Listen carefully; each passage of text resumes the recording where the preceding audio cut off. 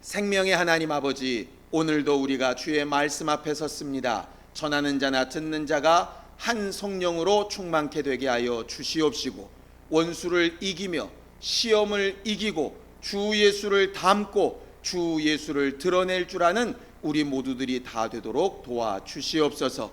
믿음으로 헌금한 손길들을 축복하여 주시옵시고, 저들의 입술로 또 마음으로 고백하는 모든 기도의 제목에 응답하시는 주의 능력을 보게 하여 주시옵소서. 예수님의 이름으로 기도하였습니다. 아멘. 하나님의 말씀은 누가복음 4장 1절부터 13절까지 말씀을 함께 같이 합독하겠습니다. 누가복음 4장 1절부터 13절까지 말씀을 함께 같이 합독하겠습니다. 함께 읽습니다. 시작. 예수께서 성령의 충만함을 입어 요단강에서 돌아오사 광야에서 40일 동안 성령에게 이끌리시며 마귀에게 시험을 받으시더라. 이 모든 날에 아무것도 잡수시지 아니하시니 날수가 다함에 줄이신지라. 마귀가 가로되 내가 만일 하나님의 아들이거든 이 돌들에게 명하여 떡덩이가 되게 하라. 예수께서 대답하시되 기록하기를 사람이 떡으로만 살 것이 아니라 하였느니라. 마귀가 또 예수를 이끌고 올라가서 순식간에 천하 만국을 보이며 가로되 이 모든 권세와 그 영광을 내가 내게 주리라. 이것은 내게 넘겨준 것이므로 나의 원하는 자에게 주노라. 그러므로 내가 만일 내게 절하면 다 내 것이 되리라. 예수께서 대답하여 가라사대 기록하기를 주 너의 하나님께 경배하고 다만 그를 섬기라 하였느니라. 또 이끌고 예루살렘으로 가서 성전 꼭대기에 세우고 가로되 내가 만일 하나님의 아들이거든 여기서 뛰어내리라. 기록하였으되 하나님이 너를 위하여 그 사자들을 명하사 너를 지키게 하시리라 하였고, 또한 저희가 손으로 너를 받들어 내 발이 돌에 부딪히지 않게 하시리라 하였느니라. 예수께서 대답하여 가라사대 말씀하시기를 주 너의 하나님을 시험치 말라 하였느니라. 마귀가 모든 시험을 다한 후에 얼마 동안 떠나니라. 아멘. 우리 하나님은 말씀으로 일하시는 하나님이십니다. 세상에 사람들도 다 각각 일을 할 때는 도구라고 하는 것들을 보통 사용들을 합니다. 운전하는 사람은 자동차를 도구로 사용을 하고요. 기계를 다루는 사람은 공구들을 가지고 사용을 합니다. 의사들이야 의료 도구들을 가지고 또 자기의 의술을 나타내겠죠. 하나님은 많은 사람들이 무슨 일을 할 때 도구를 사용하듯이 하나님이 쓰시는 도구가 있는데 그것이 바로 말씀입니다. 그래서 하나님의 말씀은 하나님이 일하시는 능력이 되는 것이에요. 우리가 예배 때마다 말씀을 읽고 또 듣고 나누고 그 말씀을 의지해서 기도하고 또 그 말씀이 우리 안에 이루어지기를 간절히 사모하는 이유는 그 말씀이 바로 하나님의 능력이고 도구이기 때문에 그렇습니다. 제일 먼저 창세기에도 하나님께서 이 천지 만물을 만드실 때 도구를 사용하시는데 말씀을 사용하세요. 빛이 있으라 라고 말씀하셨고, 그 말씀이 능력이 되어서 그 말씀이 곧 빛을 만들고 그 빛이 이 땅에 있게 되어집니다. 우리가 하나님의 능력을 힘입기를 원하고 하나님께서 우리를 위경에서 건져주시기를 원하는데, 성경 시편 107편 20절에는 저가 말씀을 보내어 우리를 고치시고 또 위경에서 건지시느니라 이렇게 되어져 있어요. 우리가 보통 하나님 이 문제를 해결해 주세요, 하나님 내 병이 너무 힘들어서 중하여 죽게 되었습니다, 이런 말들을 할 때 누가 와서 손을 얹어주고 누가 갑자기 어떤 능력이 뜨끈뜨끈하게 임하고 막 이렇게 되어지기를 사모하는데, 성경은 하나님께서 어떻게 고치시고 어떻게 구하시느냐 하면 저가 말씀을 보내어 고치시고 말씀으로 위경에서 건지신다, 이렇게 되어져 있다 이 말이죠. 이 말씀을 볼 때마다 이런 예화가 생각이 납니다. 어떤 사람이 바다에서 표류를 하게 되었답니다. 그러니까 갑자기 타고 가던 배가 가라앉아 가지고 조그만 이렇게 물건을 붙들고 배가 바다 위에 둥둥 떠다니고 있는데 예수 믿는 사람이서 막 하늘에 대고 기도를 했대요. 하나님, 정말 나를 건져달라고, 구원해달라고, 도와달라고. 그런데 저 멀리서 배가 한 척 이렇게 오더랍니다. 그랬더니 그 배에다가 막 이렇게 얘기를 하면 되지 않겠어요? 그런데 계속 기도만 하고 있는 거예요. 하나님, 나는 하나님께서 특별한 방법으로 나를 구원해 주실 줄로 믿는다. 그 다음에 또 다른데 헬기가 이렇게 지나가는데 그 헬기에게도 아무 손짓을 안 하는 겁니다. 몇 번 그렇게 하다가 결국 죽었대요. 물에 빠져서. 하나님 앞에 선 그 사람이 하나님 앞에 막 하소연을 하더랍니다. 왜 그러시는 거냐고, 도대체 내가 그렇게 간절하게 기도하는데 왜 구원을 안 해주시는 거냐고. 난 하나님을 절대적으로 믿었고 내가 기도하면 하나님께서 물을 말리시든지 갑자기 섬이 솟아오르든지 아니면 어떤 무슨 대단한 방법으로 하나님께서 나를 도우실 줄 알았는데 왜 날 안 도우신 거냐고. 하나님 왈, 내가 배도 보내고 헬기도 보냈잖아. 사람들은 자기 나름대로의 생각이나 방법을 가지고 이렇게 하나님이 도와주시기를 바라는 경우가 참 많은 것 같습니다. 예를 들어서 물질이 많이 필요해서 정말 돈이 없어서 큰일 났습니다. 하나님, 돈 주세요. 갑자기 누가 잘못이라도 내 통장에 잘못 입금을 하든지 로또 복권이 맞든지 아니면 지나가던 어떤 사람이 갑자기 내 주머니에 돈을 찔러주든지 길 가다가 두리번대는데 갑자기 지갑을 줬든지 뭐 이런 생각을 할 텐데 성경은 하나님의 방법을 말씀을 보내요, 이렇게 말하고 있다 이 말이죠. 그것이 참 우리 마음에 간혹 안 들기도 합니다. 하나님께서 병을 고쳐주실 때 갑자기 막 뜨끈뜨끈하고 확 뒤집어지고 뭔가 요란 뻑적지근하고 막 이렇게 뭔가 역사가 일어났으면 하고 바라는 것이 있는데 성경은 하나님이 말씀을 보내요, 이렇게 말한다 이 말이죠. 이런 생각 안 드십니까? 우리가 기도하고 바라는 응답의 모습이 꼭 나만 장군이 바랬던 모습 같다는 생각 안 해보시나요? 나만 장군이 엘리사 앞에 갑니다. 문둥병에 걸린 자가 하나님의 선지자 앞에 가면 그 선지자가 내 앞에 와서 환처에 손을 얹고 기도를 아주 풍성하게 해주고 아주 뜨끈뜨끈한 역사가 일어나서 나를 낫게 할 줄 알았더니 엘리사가 가서 요단강에 가서 몸 7번 씻어, 이렇게 말했더니 기분 나쁘다고 돌아가려고 하지 않습니까? 결국 그것도 마찬가지입니다. 하나님께서 엘리사에게 말씀을 주셔서 고치려고 하시는데 사람들은 말씀 듣는 건 별로 마음에 안 들고 내가 원하는 다른 방법이었으면 참 좋겠다고 생각을 하는 것이죠. 성경은 하나님은 말씀으로 일하신다 되어져 있습니다. 그러니 말씀을 거부한다면 하나님의 능력도 거부하는 것이에요. 많은 사람들이 이렇게도 묻습니다. 왜 꼭 예수만 믿어야 구원을 얻느냐? 성경은 예수가 누구시냐 하면 말씀이 육신이 되어 오신 분이라 되어져 있습니다. 그 말씀은 하나님께서 일하시는 유일한 방법입니다. 그래서 천하 인간에게 구원을 얻을 다른 이름을 주신 적이 없다, 다른 구원자를 주신 자가 없다, 이렇게 하신 것이죠. 그러니 마치 말씀을 보내셨는데 그 말씀을 거부한다고 하는 것은 구원의 능력도 하나님의 역사도 하나님의 도우심도 다 거부하는 것과 똑같다 이 말입니다. 우리가 하나님 앞에 이적을 맛보고 능력을 맛보고 또 하나님 살아계신 것을 체험하려면 절대적으로 초월하지 말아야 될 것이 하나 있는데 그것이 바로 말씀이에요.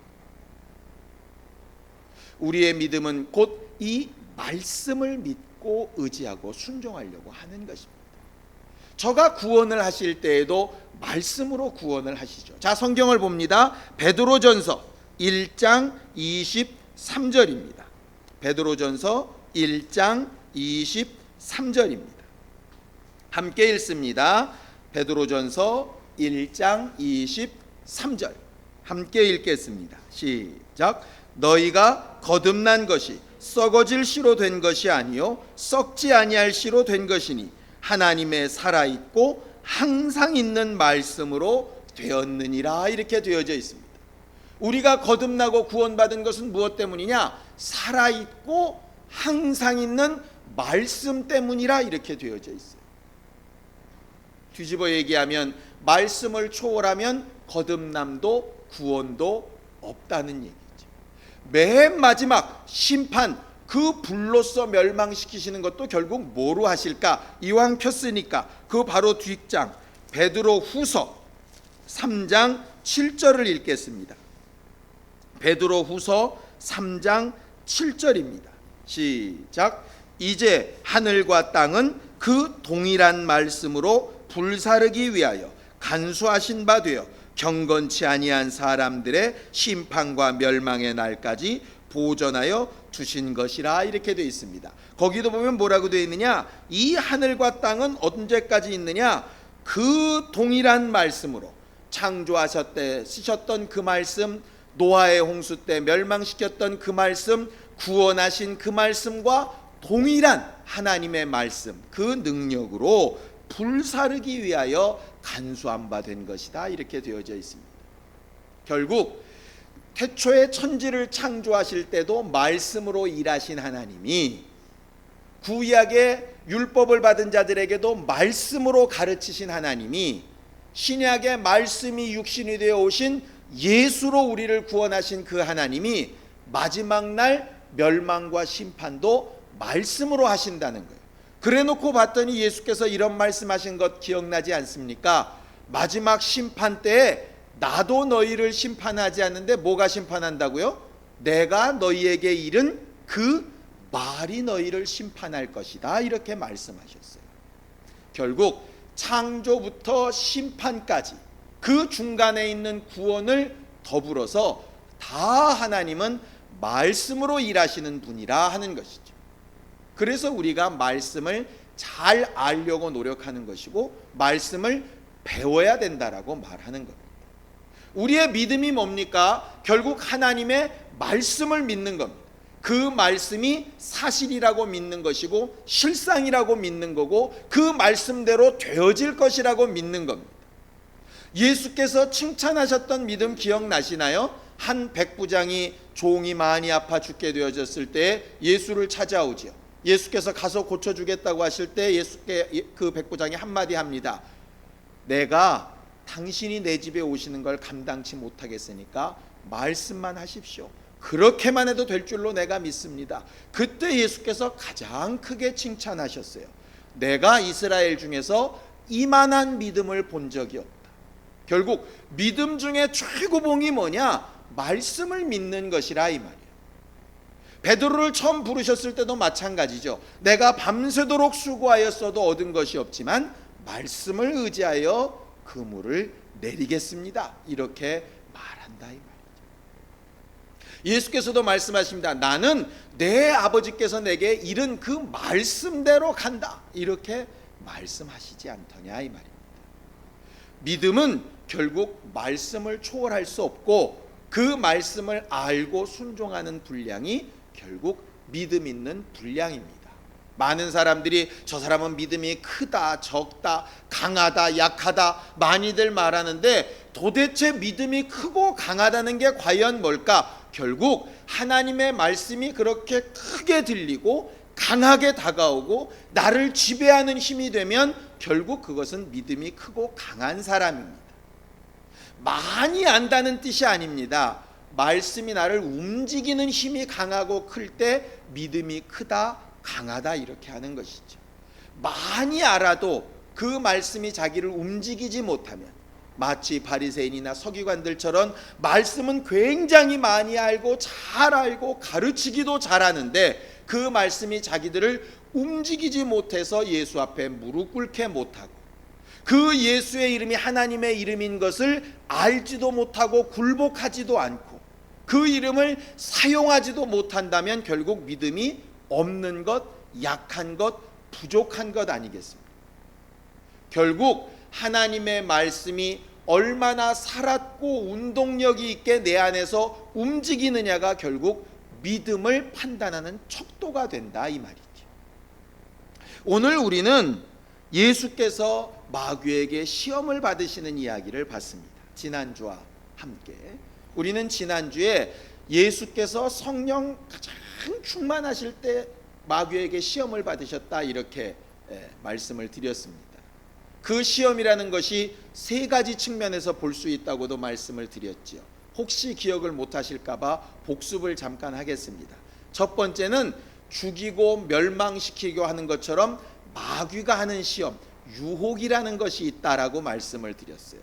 두 번째는 자기 욕심에 이끌려서 미혹돼 가지고 하나님을 믿기 싫어서, 순종하기 싫어서 자기가 스스로 자취하는 유혹, 그 시험이 있다라고 또 말씀을 드렸습니다. 세 번째는 하나님께서 우리를 향하신 하나님의 믿음을 증거하시기 위해서 허락하시는 부분이 있다라고도 말씀을 드렸어요. 그런데 그 시험이 각각 다르냐 하면 거의 대부분은 한 사건에 똑같이 나타난다라고 말씀을 드렸습니다.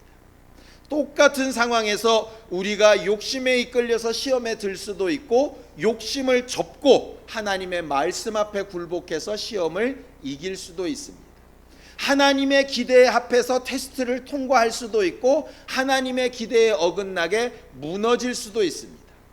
하나님의 기대에 맞춰서 테스트에 통과한 사람은 아브라함이라면, 하나님의 기대에 못 미쳐 테스트에 통과하지 못한 사람은 아담이라고 볼 수 있겠죠. 원수는 어떠한 경우에라도 아담과 하와처럼 무너뜨리게 만들려고 시험합니다.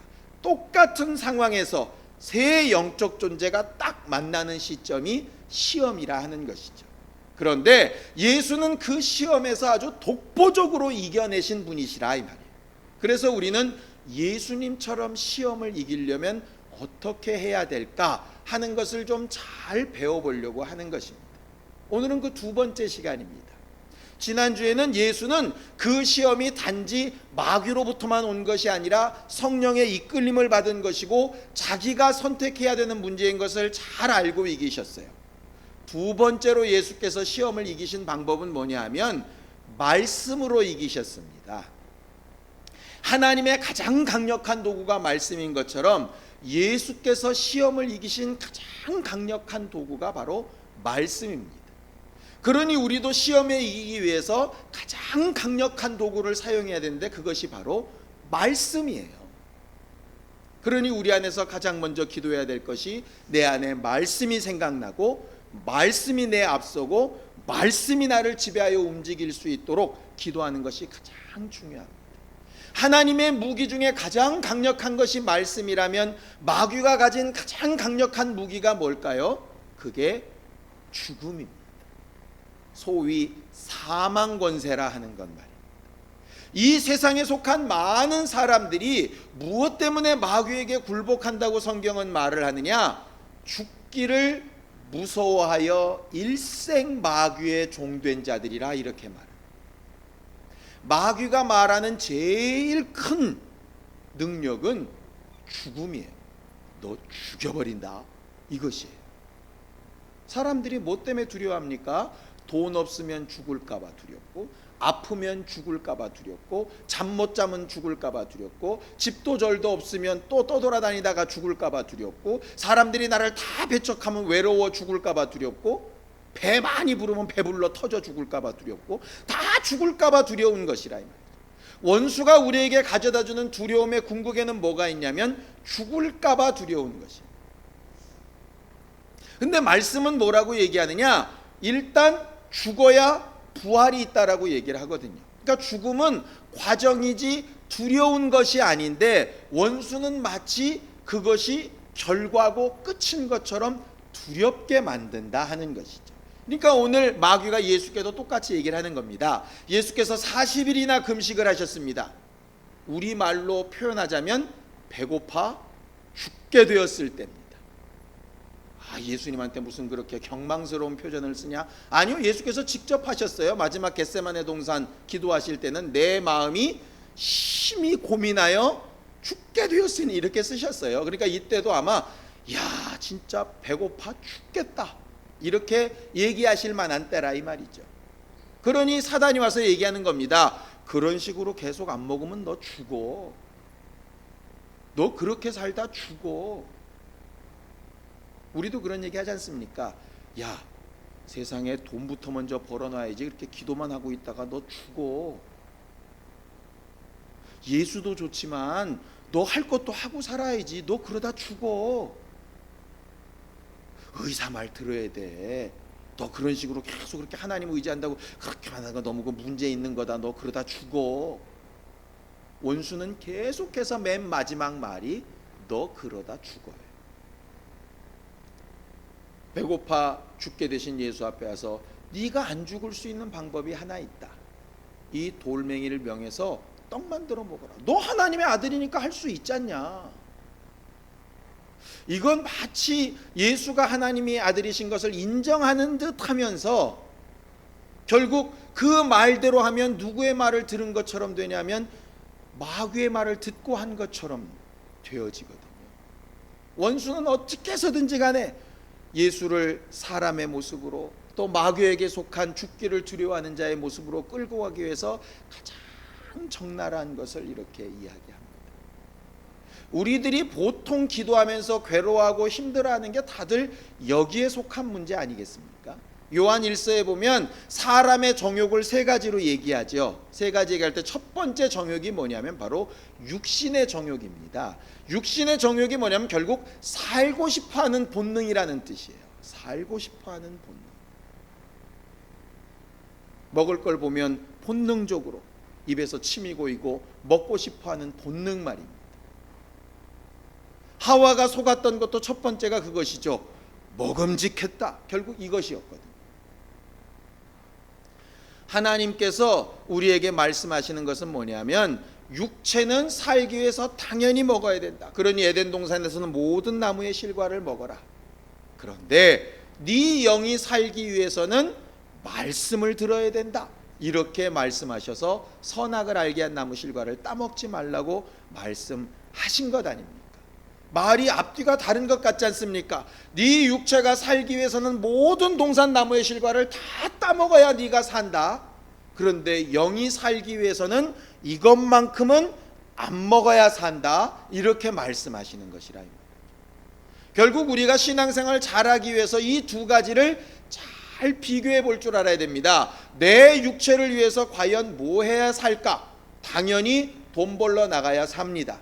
일해야 살고요, 수고해야 살고 땀이 흘러야 삽니다. 학생은 열심히 공부해야 살고요, 어머니들은 자식들을 잘 양육해서 길러야 삽니다. 젖먹이를 가진 사람은 아이 젖을 잘 먹이고 아이를 잘 돌봐줘야 삽니다. 그 사는 방법 맞습니다. 그런데 그 육체보다 먼저 살아야 될 것이 뭐냐면 영혼이고, 그 영혼은 하나님의 말씀으로 살아야 된다 이 말이죠. 둘 중에 뭐를 먼저 선택하느냐, 이것이 결국 믿음의 척도입니다. 그런데 먹고 살고자 하는 것이 본능인데 어떻게 본능을 앞서겠어요? 저는 예전에 경찰이셨던 분한테 들은 말이 있습니다. 대부분요, 자동차 사고가 나면 운전석하고 이렇게 박는 경우는 거의 없답니다. 교통사고가 나면 항상 운전자가 사고가 나려 그러면 항상 어느 쪽으로 교통사고를 내냐면 조수석 쪽으로 교통사고를 낸대요. 그러니까 앞으로는 이왕이면 운전사 조수석 쪽은 잘 타지 마세요. 왜냐하면 운전자들이 그렇다 이 말이죠. 근데 그게 거의 본능이랍니다. 본능. 그러니까 앞에서 확 사고가 다가오면 운전자가 생각할 겨를도 없이 일단 핸들부터 꺾는데요. 왜? 자기가 살려고. 그러니까 옆 사람이 죽는 거는 잘 신경이 안 쓰여지는 거죠. 그러니까 옆에 아내를 태우고 가면 주로 남자는 중상, 여자는 사망, 이런 경우들이 꽤 많이 있더라 그러더라고요. 그런데 신기한 경우가 있는데 옆에 자식이 탔을 경우에는 아닌 경우들이 꽤 많대요. 그런 거 보면 아내들한테 미안합니다. 아내들이 있을 때 주로 그렇게 해야 남자들이 참 주가가 올라갈 텐데 자식이 있으면 아버지나 어머니나 대부분 자기 쪽으로 이렇게 박는데요. 그건 가만히 생각해 보면 결국 본능을 이긴 거거든요. 본능적으로 자기가 살기 위해서 틀어야 되는데 본능보다 앞선 게 있었는데 그게 뭐냐면 내 새끼는 살려야 된다 이거라면. 우리가 간혹 그런 얘기들 듣지 않습니까? 공중 에어쇼를 이렇게 하고 있는데 전투기 조종사가 갑자기 비행기가 고장을 일으켰습니다. 재빨리 탈출을 하면 자기가 살 수 있는데 이 사람이 그대로 두면 마을에 떨어져 다 죽게 생기니까 그 비행기를 몰고 바다까지 가서 결국 본인은 탈출하지 못하고 죽는다. 그게 쉬운 일이겠어요? 살고 싶은 게 본능인데. 그런데 본능보다 앞서는 것이 있다 이 말이죠. 흔히 그것을 이제 군인 정신이라 이렇게 부르지 않습니까? 총알이 막 날라오는데 군인들은 어떻게 돌격할까요? 살고 싶은 마음보다 앞선 뭔가가 있으니까, 그 본능을 이기는 뭔가가 있으니까 나가서 싸우지 않습니까? 그래서 옛날에 웃긴 게 있습니다. 제가 육군사관 끝날 때 군인 정신 이래서 외우는 게 있었는데 그거 다 잊어먹었어요. 다 잊어먹었는데 뭔 안 잊어먹느냐면 옆에서 병장이 우스갯소리로 저 이등병 갔을 때 막 외우는데 저 방해하라고 군인 정신 제정신이 아니다. 군인 정신 제정신이 아니다. 이게 딴 거는 다 잊어먹었는데 그거는 잊혀지지. 지금도 귀에 소리가 들리는 것 같아요. 근데 곰곰이 생각해 보면 결국은 그 얘기가 틀린 얘기가 아니에요. 제정신이면 막 총알이 날라오는데 가겠습니까? 얼마 전에도 그 왜 지뢰 폭발 사고 났는데 그 사람 다리 잘라가지고 누워 있는데 자기도 죽을까봐 겁난 사람이 거기를 막 성큼성큼해서 그 사람을 또 구해다가 또 자기도 다리가 잘라지잖아요. 그 제정신이면 그렇게 할 수 있겠냐고. 무슨 얘기를 드리고 싶으냐 하면 기본적인 상태에서는 사람이 살고자 하는 육신의 정욕을 이길 수 없습니다. 그게 정상입니다. 그런데 자기 목숨보다 더 사랑하는 아이가 있으면 그 본능을 이긴다 이 말이죠. 자기가 살아왔던 방식보다 더 중하게 생각하는 군인 정신이 있으면 이긴다 이 말입니다. 결국 시험을 이기는 방법이 뭘까요? 내 본능보다 하나님의 말씀이 앞서면 이기는 거예요. 그런데 사람들이 대부분 마음은 원인데 육신이 약하다 그러면서 주저앉거든요. 그거는 결국 하나님의 말씀을 내 자식보다도 안 사랑한다는 얘기 아니에요. 하나님의 나라를 이 땅의 국가를 섬기는 군인보다도 안 사랑한다는 얘기 아니에요. 우리가 흔히 군발이라고 얘기하는 그런 사람들의 정신보다도 못하다는 얘기 아니에요. 예수께서 이런 말씀하셨죠. 내 부모나 형제나 자식을 나보다 더 사랑하면 되게 합당자. 자꾸 그것을 야 예수쟁이들은 왜 부모를 미워하냐, 형제를 왜 사랑 안 하냐, 그 얘기 아닙니다. 여기를 염두에 두신 것이라 이 말이에요. 네 목숨보다 네 자식이 더 중해서 너는 본능을 이기고 운전대로 가서 갖다 들이박지 않느냐. 그러면 너보다 네 자식보다 나를 더 사랑해서 그렇게 할 수 없니? 이렇게 물으시는 것 아니에요. 원수는 계속해서 네 목숨보다 더 중요한 게 없다고 얘기하는 겁니다. 너 먹고 사는 문제보다 더 중요한 게 없다고 얘기하는 거예요. 일단 너부터 먹고 살아야지. 자꾸 이렇게 얘기하는 겁니다. 그런데 성경은 나 먹고 사는 것보다 더 앞선 것이 하나 있는데 그게 바로 하나님의 말씀이라는 거예요. 예수께서 하신 말씀이 그것입니다. 사람이 떡으로만 살 것이 아니라고 기록되어져 있다.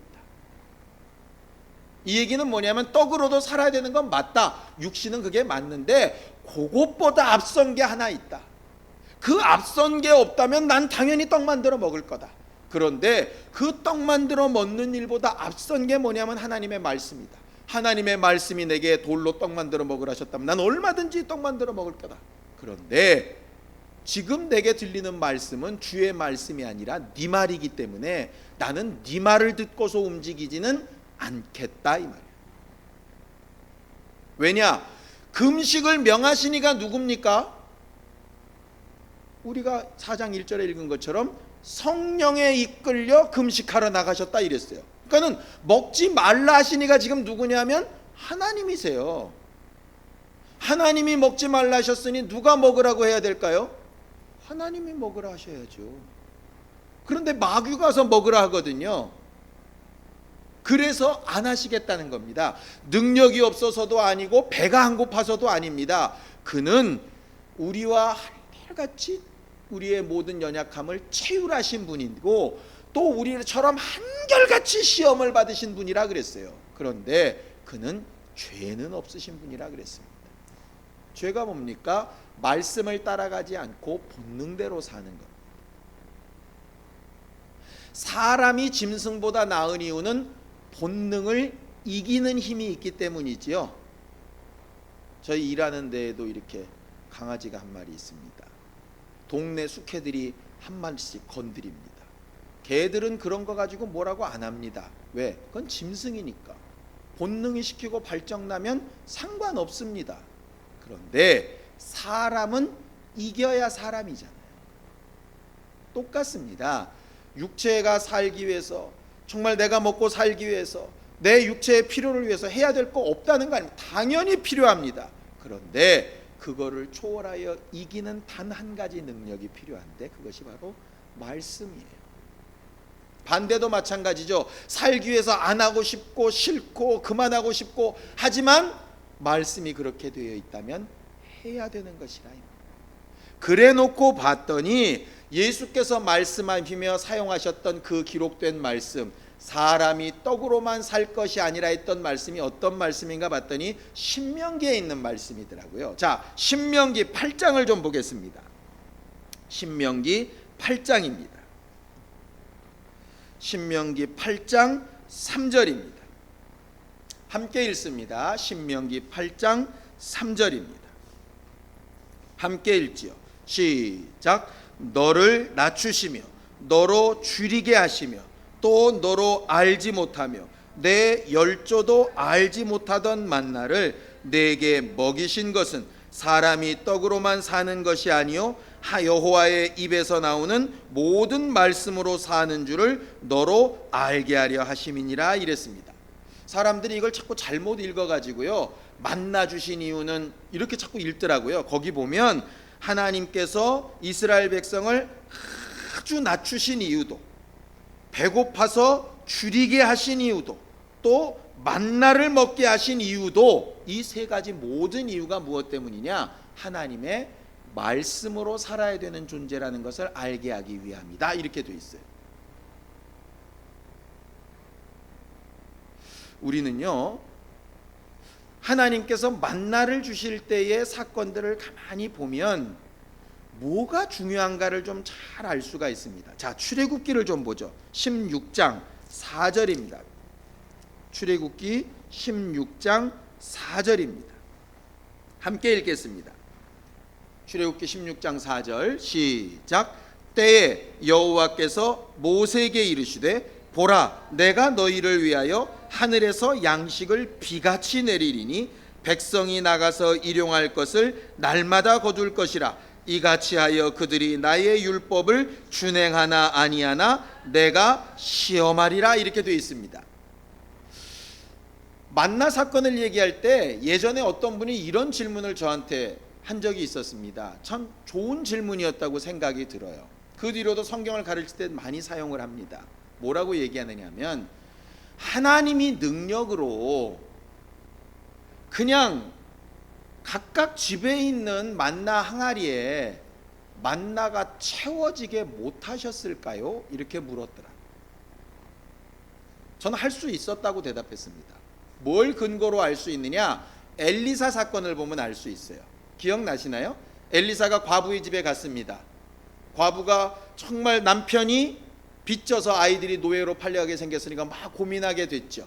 그랬더니 집에 있는 그릇 다 갖고 오고, 빌려서라도 갖고 와라. 너 가진 게 뭐냐? 기름 한 병입니다. 부어라. 기름 한 병에서 가지고 있는 모든 그릇을 다 채우도록 계속 그 그릇에서 솟아나지요.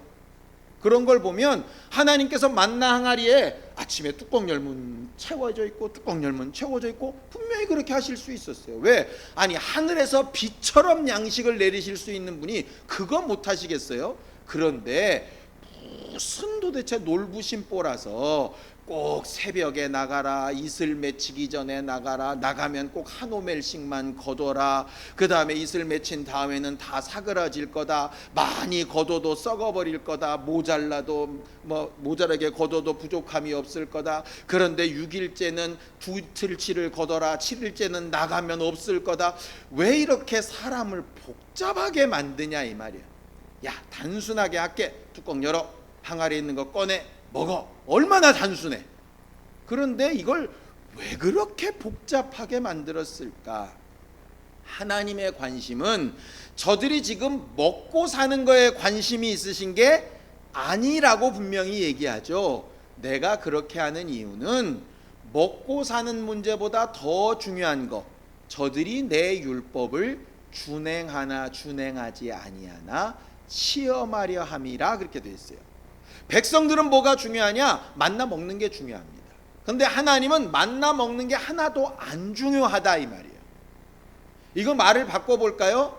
하나님, 내 병 걸린 걸 왜 안 돌아보십니까? 하나님은 병 걸린 게 낫고 안 낫고 하나도 안 중요하십니다. 좀 죄송한 얘기지만 우리 이렇게 가난한데 왜 안 돌아보십니까? 하나님은 우리 부자가 되고 가난한 거에 그렇게 큰 관심 없으십니다.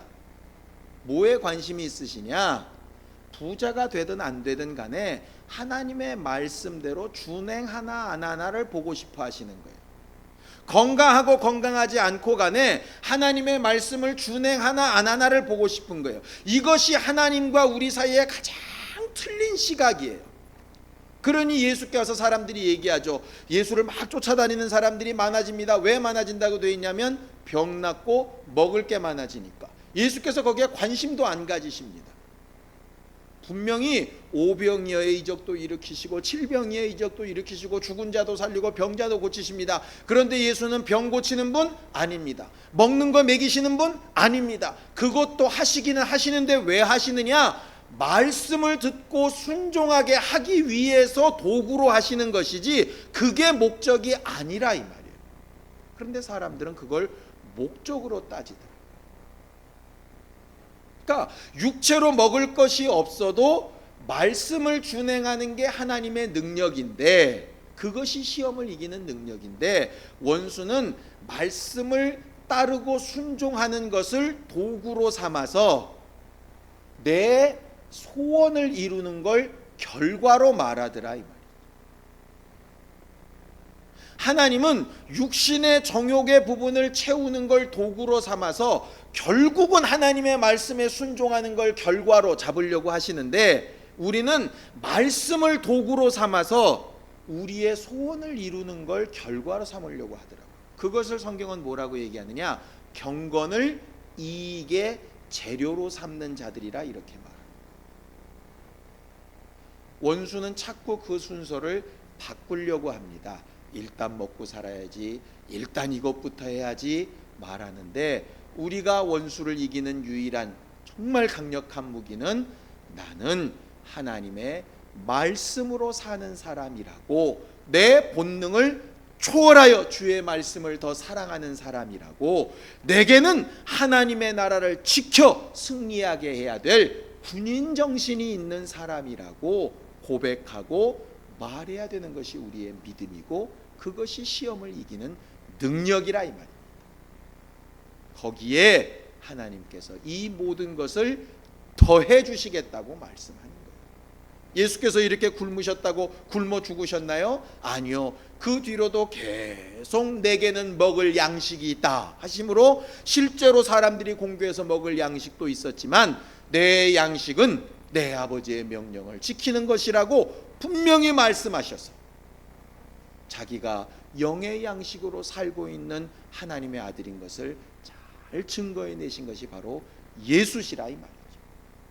우리도 이처럼 하나님의 말씀에 순종하여 행하는 예배, 말씀에 순종하여 행하는 기도, 말씀에 순종하여 행하는 봉사를 통해서 우리가 하나님의 말씀대로 사는, 본능을 이기는 사람들인 것을 고백하는 주 예수의 교회가 되기를 예수님의 이름으로 축원합니다. 원수는 오늘도 우리에게 정욕을 가지고 육신에 죽는 문제를 가지고 두렵게 할 거예요. 그것을 능히 이겨 승리하는 우리 모두가 다 될 수 있도록 시간 예수의 한번 부르고 간절히 같이 기도할 때 정말 우리는 정욕의 사람이요 연약한 사람이요 한결같이 시험을 받는 미련한 사람들이지만 그럼에도 불구하고 하나님께서 우리를 도우시는 능력으로 승리하며 또 역사하는 믿음의 사람인 것을 고백할 수 있도록 예수의 한번 부르고 간절히 같이 기도하겠습니다. 거룩하신 하나님 아버지, 오늘도 우리가 하나님의 말씀 앞에 서서 하나님의 도우시는 증거와 능력을 힘입어 살기를 간구하여 싸우니 육체의 본능을 이기며 하나님의 말씀을 사랑하며 주 예수처럼 원수의 모든 괴계를 깨트려 이기고 시험을 이겨 승리하는 거룩한 교회들이 되도록 도와주시옵소서. 육체에 필요한 것 있어야 될 줄 하나님이 아시오니 말씀에 순종하여 살려고 하는 자들에게 응답으로 채우시며 풍성케 되게 하여 주시옵시고 우리의 모자라고 부족한 것을 하나님의 능력으로 채워가는 기쁨과 감사로 충만한 우리 모두가 다 되도록 도우시고 인도하여 주시옵소서. 이제는 우리 주 예수 그리스도의 은혜와 하나님 아버지의 극진하신 사랑과 성령님의 감동하시고 역사하시는 온전하신 증거가 하나님의 말씀을 우선으로 하고 주의 입으로 나오는 말씀으로 살기를 결심하는 모든 주 예수의 사람들 위해 이제로부터 영원까지 함께 있을지어다. 아멘.